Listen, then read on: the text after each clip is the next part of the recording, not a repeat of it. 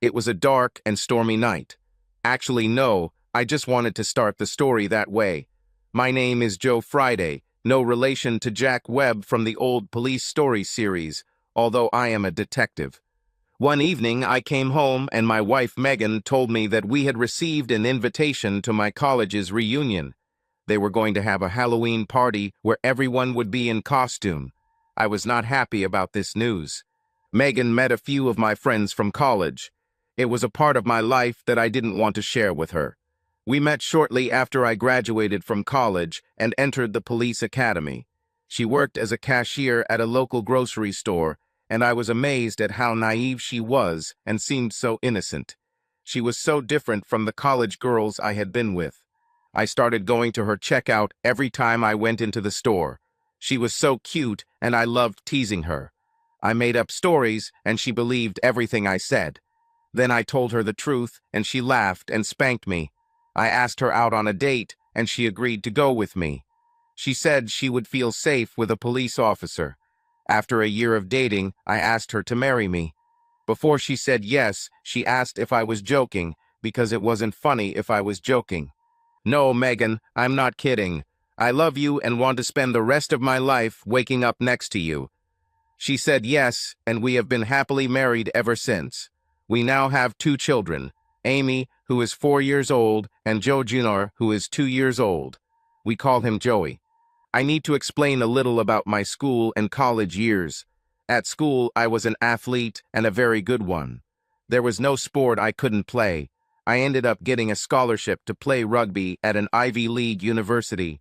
I would never have been able to afford to study there without a scholarship. I was very active when I was young. My moral compass was clearly not the best. My rugby teammates were almost as bad as me.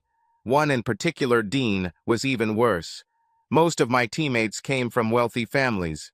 They all had nice cars and wads of money, which they often used to buy themselves out of trouble. I was considered quiet. Because I was one of the best players on the team, rich players became friends with me. Lack of money wasn't a problem because Dean always offered to pay for me. He said that my shyness attracted girls. There are 2 types of rugby. In rugby union, up to 15 players can play on the field at any one time, while rugby league allows 13 players. We were part of rugby league and were a tight group of lads. As I mentioned, most of us were just like me. We had a lot of girlfriends, girls who followed us almost everywhere. The funny thing is that these were really beautiful girls who just wanted to have fun while in college.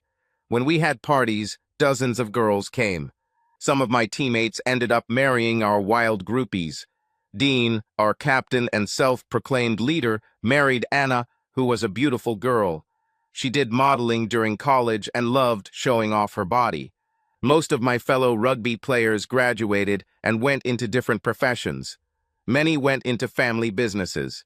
For me, I went to the police academy and did my best to leave my reckless past behind me. From time to time, I met with some of my old friends. It was a little difficult to look at some of their wives. I truly believe that many of them have also left their past behind.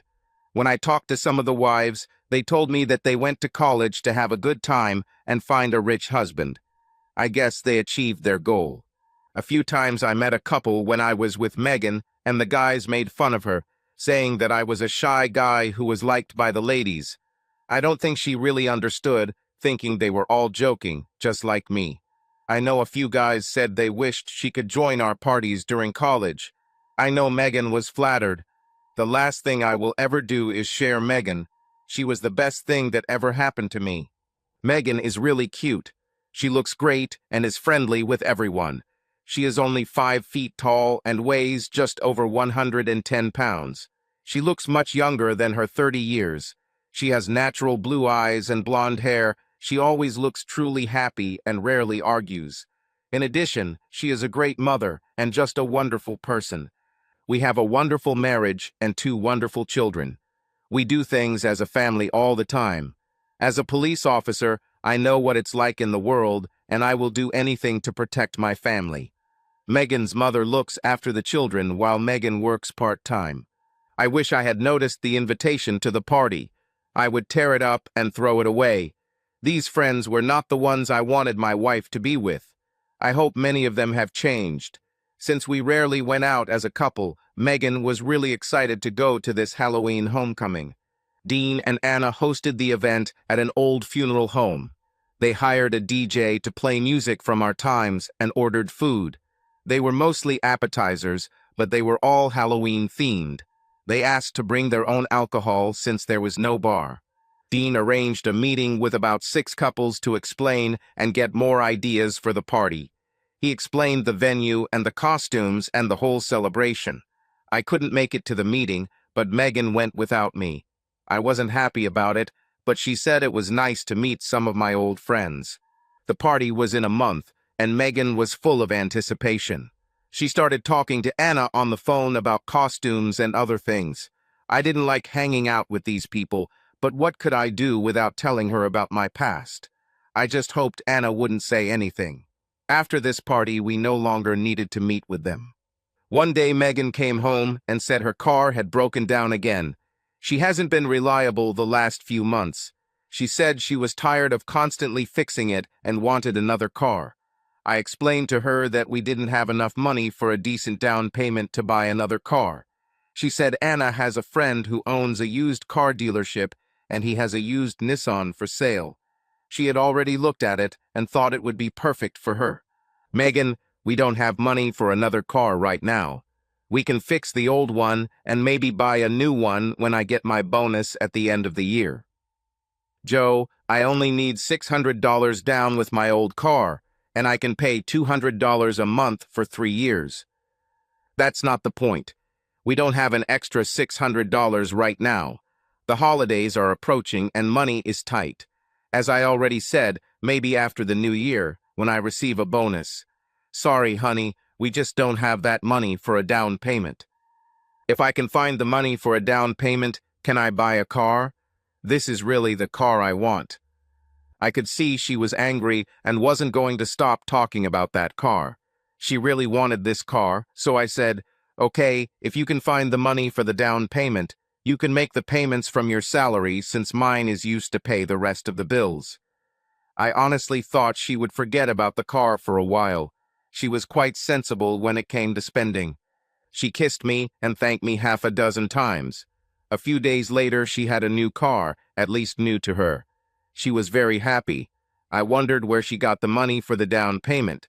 She said she asked for an advance at work, and her boss gave it to her, and I had no reason not to believe her. I was starting to worry a little that Megan was being influenced by Anna. She said they talked on the phone about the party every few days. I didn't want Megan to get close to Dean or Anna. I didn't really trust them. One evening, Megan wanted to talk about our costumes for a party. I loved her very much, and if she wanted something, I tried to please her. She said that Anna lent her the nurse costume for the party and that it was a little short and quite tight, but she thought she would wear it with white shorts. She tried it on for me, and I have to say she looked damn sexy. Later, when we were having sex, I told her to keep her nurse costume on. I told her she'd better wear shorts under her suit or find another suit. She asked me what I was going to wear to the party, and I said I hadn't decided yet. I thought about going in my police uniform. I rarely wore it since I was a detective. She didn't like the idea, but it would be an easy suit. I told her that I had work on the day of the party and I might be a little late. The day before the party, I saw Anna at the market. I stopped by to buy some booze for the party before driving home, and it looked as good as ever. She asked me if I liked Megan's car, and I said it wasn't bad. She said she asked Dean to give her $600 for a down payment, and he gladly did so. I tried not to look surprised, but I knew I would have to ask Megan why she borrowed the money and then lied to me about where it came from. Anna asked if we could meet again. She said she knew Dean wouldn't mind since he had his eye on Megan. They were still in an open relationship even after they got married.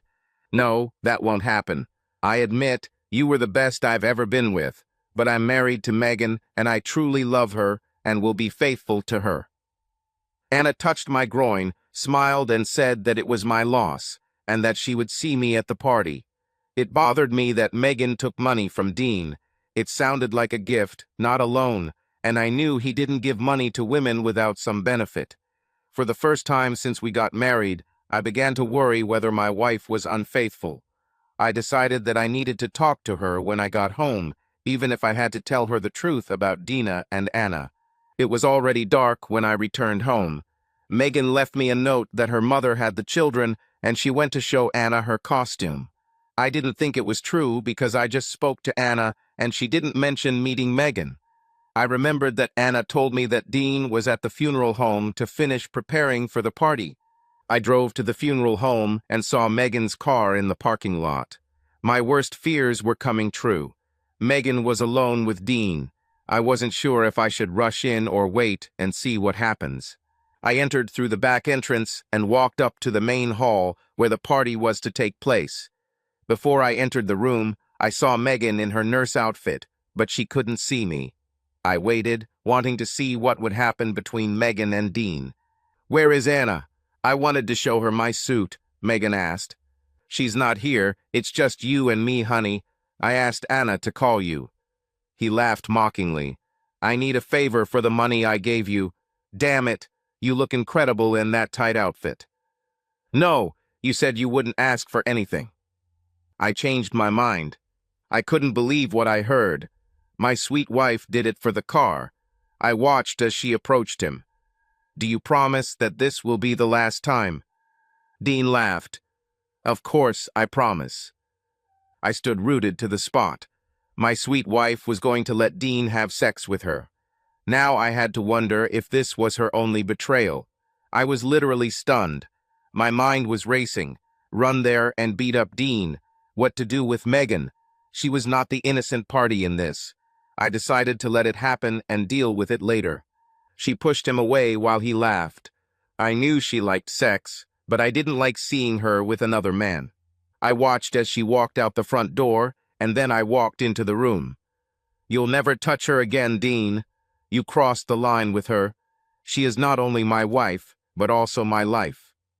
He looked surprised to see me. "What the hell are you doing here? Look, you've entertained my wife a dozen times. What's the big problem? You voluntarily gave me your wife, and then you were not married. I can't let you get away with this." She agreed, and you know it.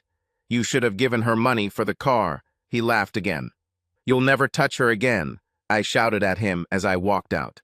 While I was looking around, I found a video camera that was still working.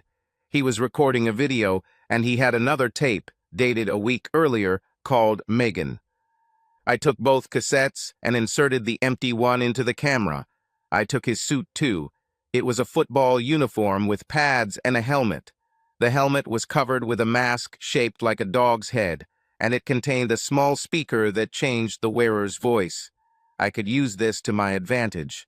I closed the doors and put my things in my car. I called Megan and told her I was going home.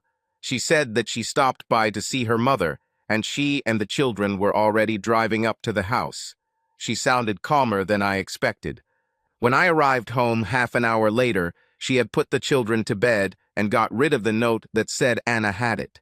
She was coming out of the shower when I walked in. "How was your day?" I asked her. "Pretty common. After work, I did a little shopping and stopped by to see my mom. Nothing special." She had a chance to tell me the truth. If she had told me without having to ask, we could have tried to make things right. Now I knew that I could never trust her again. "Megan, I have to work a little later tomorrow, so I'll be at the party a little later unless you want to go without me." "I promised your friends that we would be there. How late will you be?" "Probably for a couple of hours. Do you want me to pick you up from here or meet you at the party?" She thought for a minute and said that she would meet me at the party. I told her I was going to wear my police uniform and Joe Friday mask from Police Story. She didn't know who he was. She said she was tired and would see me the next day and went to bed. Honestly, I couldn't sleep with her that night. I decided to sleep in the study, which also served as my office. I put in the first tape, and it was a video of her thanking Dean for the money. I inserted the second cassette, and it started shortly before I arrived. She asked about Anna, and he said that she would come soon. So she really came to see Anna. He showed her to the party room and put his hand on her ass. This was what I saw. I skipped to the moment when she left and erased everything that could incriminate me. For now, I hid the tapes, wondering when and how they might be used. I didn't work that late and was at the party when it started at 8. I was wearing Dean's costume, and I was a little worried that people would realize I wasn't him. Anna said that I had finally arrived and went to meet her friends. Anna was dressed very openly, and she showed everything. About half of the guests were wearing masks, and I didn't know who they were. Others wore small masks over their eyes or had painted faces. I saw Megan drive up, and the doorman opened the door for her. She got out of the car showing a lot of legs. I wondered if she was wearing shorts. She didn't forget to bring our alcohol. She put a small white mask over her eyes. Only a few people would know who she is since she did not attend our college. She looked at me and went to Anna. They talked for a few minutes. Anna introduced her to several women and men and continued her duties as hostess. I walked up behind Megan and reached under her outfit, grabbing her ass. "Stop doing that. I told you I won't do it again. I love my husband." She did wear shorts under her nurse costume. "Where is your cuckold?" I asked, trying not to let my real voice come through. It was a real test. "He's working, but he'll be here soon. Please don't give me any trouble. What I did was a huge mistake. It wasn't worth the price I'm paying now. I'll tell you what. Dance with me and tell me about your past, and I will keep our sex a secret. Otherwise, the first person I'll talk to when Joe arrives will be me."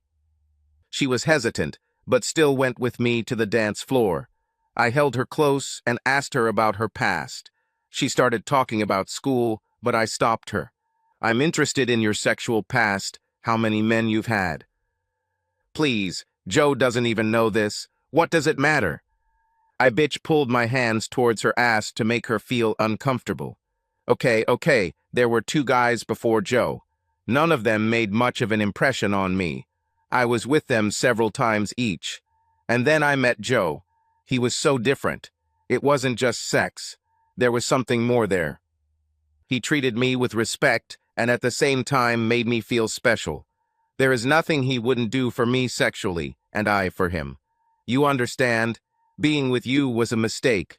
I got caught up in the moment and what I learned about Joe's past. I was angry and upset that he never told me. I am so sorry.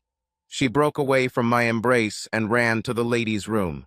A woman came up to me and asked if I was Dean. She grabbed my groin and said I looked like Dean. I was sure it was Molly, Ted's wife. I told her she would find out at midnight. The party was going great. Alcohol was flowing freely. I tried to stay away from Anna. Only she and Megan knew what suit Dean was wearing. Just before 10, I walked out the back door and walked to my car. I changed into my police uniform and drove up to the front door. The doorman opened the door for me, calming down when I put on my Joe Friday mask. Anna met me at the door and hugged me. Megan must have told her that I would be dressed as a police officer.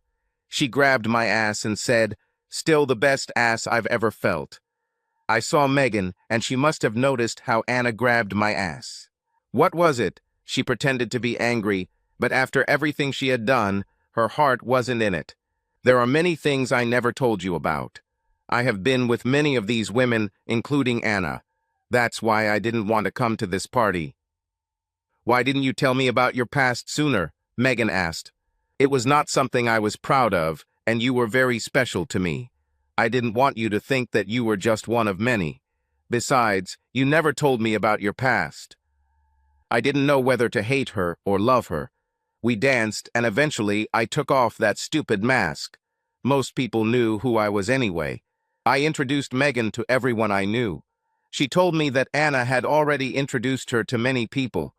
When I introduced her to a woman, she looked at me as if asking if I had sex with her. Almost every time I nodded my head. Several times I shook my head no. After the 3rd time, Megan asked why not. I laughed. I didn't know them at school. I met them after they married my friends. I would never have sex with a friend's wife. "Megan, I have had sex with many women, but not one since we started dating. I would never cheat on you. She said she needed to go to the ladies' room. Maybe she felt a little guilty. Anna came up to me and asked if I had seen Dean. She said he was wearing a football uniform with a dog's head on it. I laughed because it sounded funny. I told her I hadn't seen him, but he was probably entertaining some woman in the back room. Anna seemed to be looking for Megan. I had to wonder if she was part of Dean's plan to seduce and deceive Megan. Megan came back to where I was standing, and Anna asked her if she had seen Dean. Was he in a dog suit? Megan asked. Maybe an hour ago, but I've been with John ever since. For a Halloween party, it was a great party with lots of food and great costumes ranging from very gory to extremely sexy. The DJ played great tunes, and everyone seemed to be having fun. I wondered what would happen at midnight when the coffin was opened. I noticed that some of the participants' old habits returned. From time to time, the couple went into one of the back rooms. I think they were still cheating. Anna went there more than once. Strangely, Megan stayed close to me. She danced just with me and said she was having a wonderful time. She didn't talk much to Anna. I think she realized her huge mistake and tried to correct it. She didn't even mention Dean. Everyone asked Anna what surprise awaited them and why the coffin had to be opened at midnight. She said she didn't know. It had to be something Dean added at the last minute. At midnight, those who had not yet taken off their masks did so. There were no real surprises except that Dean wasn't there. Anna said it was probably time to open the coffin. She wasn't going to wait for Dean. Tim and Brad opened the coffin together. Everyone who could see what was inside started screaming. Some thought it was a joke until they saw what was inside. I told everyone to leave, saying that I was really a policeman. I dialed 911 and said who I was. Less than 5 minutes later, 6 police cars appeared in front of the entrance. One of my colleagues, Jim, came up to me and asked what happened. I explained to him what I knew after we opened the coffin. Jim told me he wanted me to help, but since I was at the party when the body was found, I would have to testify along with everyone else. I said I understand. Over the next 2 hours, everyone was interrogated and released. Jim told me that everyone had a similar story. They thought Dean was wearing a football suit, but they couldn't be sure. He said my wife Megan said she also thought he was wearing a football suit. I told him I didn't remember seeing him. Megan was really nervous and asked me how I could deal with things like this day after day, especially knowing it was my friend. I explained to her that this is my job, and over time you get used to it. The body was sent to the coroner's office, and an autopsy was performed. The cause of death was blood loss from a throat cut. According to police, it was an act of revenge and rage. They didn't know how right they were. They searched Dean and Anna's house and found numerous tapes recorded over the past few years. Most of them featured Anna or Dean having sex with different people. Sex seemed to be voluntary, and sometimes it was a group activity. The police decided that they would need to contact the people in these recordings and question them. They started with those who were at the party. Anna told police that she and Dean had an open marriage. She even admitted to having sex with 3 different men at the party. Those participants whose spouses were unaware of their extramarital affairs were scrutinized by the police, especially closely, as was Anna, since the spouse is always the first suspect. 2 weeks later, my friend Jim, who was leading the investigation, came to me and said that they needed to interview my wife again. I asked him why, and he said that Anna said that Megan borrowed $600 from Dean for a down payment on a car. Anna also said that he expected repayment in the form of sex, but she did not know if he achieved his goal. Jim, Megan told me that she borrowed money from Dean at Anna's request. I was angry about this because I knew what kind of person Dean was. I told Anna to tell him that we will return his money soon. In fact, I brought a check to the party to get the money back. I gave Jim the check and told him I didn't see Dean at the party to give him the check. I said he could give it to Anna. He said he still had to look into Anna's accusation, and I said I understood. As soon as I left his office, I called Megan and told her I knew she took money from Dean and told her everything I told Jim. 20 minutes later, Jim and another detective, Aaron, showed up at Megan's work. She later told me that she was surprised to see them and did not reveal that I had called her. She told them that Anna suggested she take money from Dean. She went to him and he flirted with her, but she told him that she was happily married to me. She told them that when she told me she took the money from Dean, I wasn't happy about it.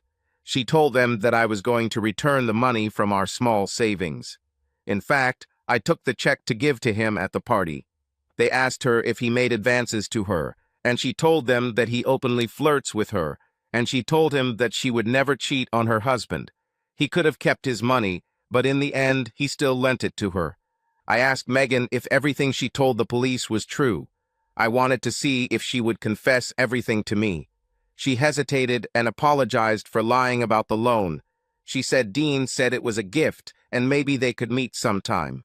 She said that she gave him a categorical refusal. She tried to change the subject and asked again why I never told her about my ex-lovers. She was surprised when Anna told her how anxious I was when I was young. That was my past. I didn't tell you because I really didn't want you to know. One thing you should know, I never lied to you about my past, and I never cheated on you. Can you say the same? What is this supposed to mean? I love you more than anyone in the world. You are my life. I would never cheat on you. She got up and went to prepare dinner. I had a real problem with her lies. It was probably worse than cheating. I didn't know if I could ever trust her again. Now I need to maintain normal relationships. If we have problems in our marriage, we'll be scrutinized more closely for Dean's murder. Over the next month, we had sex, but it was just sex, not love. She never said a single negative word to me. Jim told me that the investigation had reached a dead end. There were a dozen spouses who had reasons to take revenge on Dean, but there was no evidence. I asked him about the time of death, and he said it was the night before the party. It could have been around 9 o'clock in the evening or late at night, around 3 in the morning. All suspects had alibis, and most were confirmed by their spouses. In such cases, people always have each other's backs. The investigation will continue, but they will have to wait for a breakthrough. He said Anna was the prime suspect, but didn't think she could have done it alone. Life went on, but for me it was no longer the same. I spent more time playing with the children. I even took them out when Megan was working. I distracted myself from thoughts about her betrayal, focusing on the investigations. I completely immersed myself in work. 6 months have passed since Dean's death, and things seem to be slowly returning to normal. Megan said Anna called her, but she said she didn't want anything to do with her. She was happily married and believed that Anna was trying to drag her into the case of her husband's death.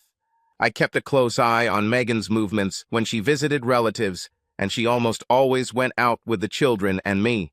She had lost that carefree joy that I always remembered. Then I decided to try something different. I sent the tape of Megan and Dean's first recording to myself at our home address. I wrote, "For Joe's eyes only," on the envelope. Megan always brought the mail. When I got home that evening, Megan seemed a little out of sorts. "What happened, Megan?" I asked. "Just a bad day at work, and the kids were getting on my nerves. I didn't even cook dinner." "It's okay, I'll order pizza and pick it up with the kids." We picked up the pizza, and I looked at the mail Megan had left for me. There was no envelope marked, "For Joe's eyes only." I caught up on my email and watched some TV while Megan and the kids went to bed. I looked everywhere for the envelope and the tape. Finally, I looked into our incinerator. There I found the burnt remains of a disc and an envelope. Nobody could know what it was. Megan was still awake when I came into bed, and she turned to me. "Joe, I love you with all my heart and soul. I know things have been different since your friend died, but I want things to be the same. I know you said you've been with a lot of women, but I'll get through this. Right now, I need you. Please do me a favor and make love to me." I could not resist. I still loved this woman. I made tender love to her. I kissed her passionately, and she had tears in her eyes. Damn it, why did I love her so much? Did she keep her misdeeds a secret? Was she afraid that I would divorce her if I found out what happened with Dean? Our relationship seems to have improved. 9 months passed and Dean's death was still unsolved. We stopped hanging out with my old college friends. I knew it would be a mistake to include them in my life. One day, after Megan and I made love, I asked her who else she had been with. I mentioned that she heard about me from my old classmates. She hesitated and said, "What difference does it make? You are the one I love and the only one I want to be with." Joe, before I met you, I only had 2 boyfriends. They were my boyfriends, and after I was with you, I realized that they were bad lovers. They meant nothing to me. I want you to know that. I remembered her saying the same thing when she thought she was talking to Dean at the party. "Was there anyone else?" I asked. She looked at me but didn't answer. She started crying and went to the bathroom. After the shower, she returned to the bedroom and lay on her side, hoping that I was sleeping, but I was not. I heard her trying to cry quietly. I wanted to hug her, but my pride was too great. The next morning, I went into the office and pulled out a videotape of her and Dean having sex. I put it back in the envelope and wrote, "For Joe's eyes only." I mailed it, knowing she would receive it that same day, and went to work. I called and told her I would be home late and asked her to kiss the kids for me before putting them to bed. The last thing she said was, "I love you, Joe." When I got home, Megan was in the living room watching TV. She was crying, and when I looked at the screen, I saw that she was watching a tape of Dean having sex with her. "You knew all along, didn't you? You sent me the first tape, I can feel it. I so wanted to come to you and tell you the truth, but I was afraid that you would leave and I wouldn't be able to live without you, Joe. Why did you do this?" And then she came back a second time. She didn't even ask how I got these tapes. At first I was angry with you for not letting me buy a car. Now I know how childish my behavior was. I went to meet your ex-girlfriends and they all told me how good you are.